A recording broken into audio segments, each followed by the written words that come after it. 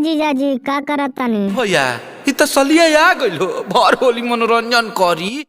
गोड़ लगा तानी ये जीजा जी गोड़ लगा तानी। अरे अरे ये कहाँ गोड़ लगा ताड़ू हो? ता ये जीजा जी कहाँ गोड़ लगाई तो ये बताई। पहले लोग गोड़ नीचे लागत रहे अब बीचे लागता, अब तू कहाँ चढ़ल जाता रू? देखी जीजा जी ढेर मत बोली, सुना तानी के रउआ गाना गावा तानी सुनाई त अभी ये रिलीज हो गई। ताई हमरे से ही बड़ा फरिया ले हैं। भैया त पावर देखावतिया खेड़ा ना। अरे ये हमसे का छड़ी है कमजोर जीजा होगन। रई रई रई रई रई रई आय हाय हाय हाय हाय हाय। पहिला बेरी साली आइलू अपना जीजा घरे। हाँ पहला मेरे रउआ घरे आईनी हम। टंगा जाइबू हो टंगा जाइबू। ए जीजा जी का बोला था रे टंगा जेबू का मतलब बतोहार।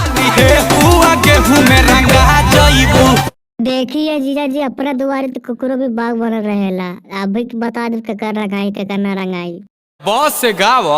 हाँ गावा तानी। ए जीजा जी हमर लाल किला देख के हदस जीवा बुझ गइला। लाल किला पर घमन कर तड़ू त झंडा गाड़ दे। ए जीजा जी केकर दम बाबा लंगा में झंडा गाड़ दिए हैं। ए साली जी मेरे बस्ती के लड़के लोग बहुत झंडा गाड़े हैं। ए छुछुनिया चल हट जैसे हवा बेल दे। रंग दिला हंगामा ये साली।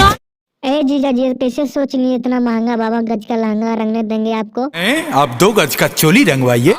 ये क्या कर बकर बोल रहे हैं जीजू। मुफ्त में चोखा पिचकारी ले जाइए।